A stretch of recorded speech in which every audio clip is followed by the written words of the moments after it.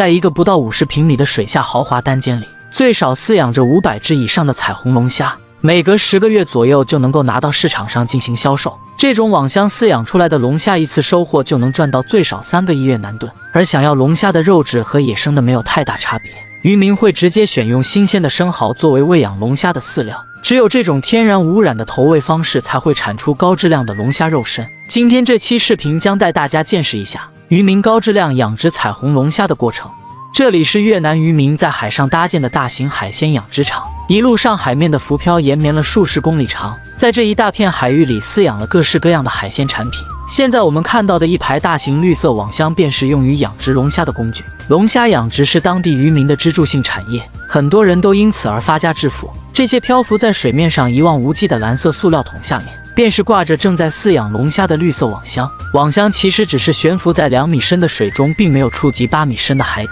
而且这里的海水非常适合养殖龙虾。每当到了龙虾需要吃饭的时间，渔民便开始准备将生蚝运到网箱中进行投喂，并且每天都需要为龙虾准备不少饲料。在他们把生蚝运往饲养龙虾的网箱附近时，刚好今天也有一批龙虾需要捕捉到市场上进行销售，而用于捕捉龙虾的6只网都已经提前准备好。当渔民在佩戴好潜水镜和呼吸管之后，穿着拖鞋便一头扎进了水里。他们只需要下潜到2米深的距离，便能直接进入到养殖网箱内。每次进出网箱时都需要打开盖子。在密封饲养的环境下，龙虾只能猫在豪华的大单间里吃喝拉撒，而且密密麻麻地挂在了整个网箱内部。就在这个小小的笼子里面，就已经饲养了多达500只龙虾，它们的体型基本都在1斤上下。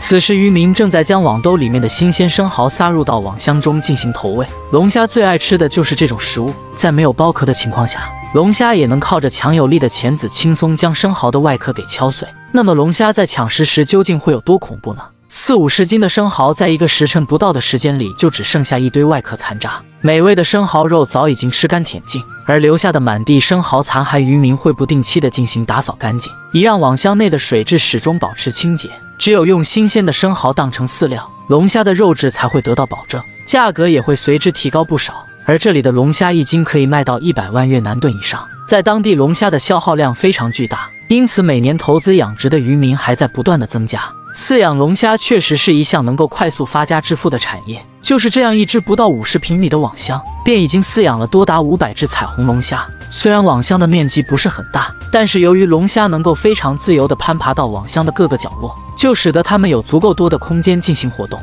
只有运动量充足的龙虾才能成长出结实的肉身，那味道才是最上乘的存在。而龙虾又是群居性动物，它们互相之间都会靠得非常近，但从来不会发生集体打斗事件。只要给予它们足够多的食物，在饲养10个月左右，体重就能达到1斤以上，同时便可以一次性全部捕捉出笼，拿到市场上进行销售。此时渔民手拿抄网再次下潜，来到另一个网箱当中捕捉已经可以出笼销售的龙虾，体型基本上跟手掌差不多大小，便可以上市销售了。而整个网箱当中的龙虾都是在同一个时间段内进行饲养的，所以在重量上都差不了太多，因此这一网箱内的龙虾全都要捕捉上船。很快便将龙虾装了满满的一大网兜，密密麻麻的全挤在一起。这一网兜只是占了很少的一部分，貌似最少得有个50斤重。此时挂在船底下的便是等待上船的一整个网箱内的所有龙虾，一共装满了多达12只网兜。在收集完所有龙虾之后，渔民便开始将水下的网兜全部打捞上船。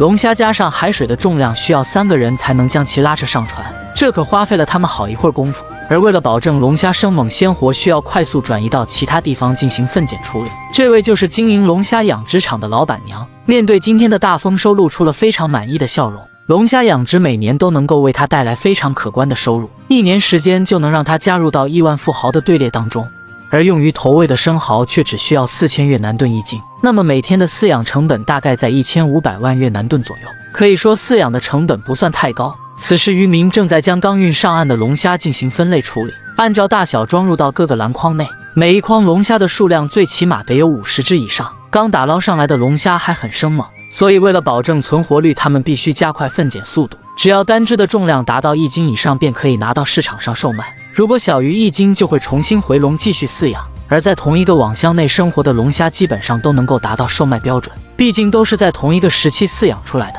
在将龙虾按大小分类之后，还必须进行称重，以7斤左右为一筐进行打包处理。用扎带把盖子绑好之后，便可以将龙虾放入到水箱中存放。此时，这些已经称重并且打包好的龙虾，随时都可以运送到市场上进行销售。那么，在我们这里饲养出来的龙虾会卖多少钱一斤呢？